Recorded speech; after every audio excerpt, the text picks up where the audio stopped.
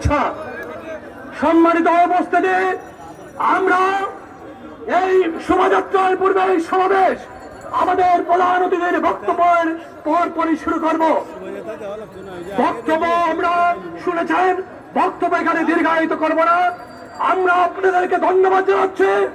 এই ফ্যাসিস্ট মুক্ত হাসিনা মুক্ত বাংলাদেশে 17 বছর ধরে যে শেখ হাসিনা বাংলাদেশকে রক্তস্থানে রক্তে রঞ্জিত করেছিল, মৃত্যুর উপত্যকা বানিয়েছিল, লাশের উপত্যকা বানিয়েছিল, সেই লাশের উপর দিয়ে আজ গণতন্ত্রের যে অভিযাত্রার সূচনা হলো, সিলেটবাসীকে সাথে নিয়ে আমরা দেশ নায়ক আগামীর রাষ্ট্রনায়ক তারেক রহমানের নির্দেশে বিএনপি আজ শোভাযাত্রা করবে।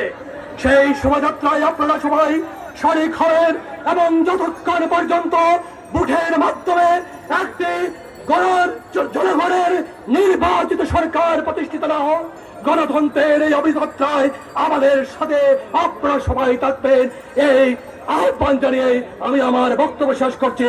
খুদা হাফেজ। বাংলাদেশ জিন্দাবাদ, বাংলাদেশ জাতীয়তাবাদী দল জিন্দাবাদ, শহীদ জিয়া অমর হোক, দেশনেত্রী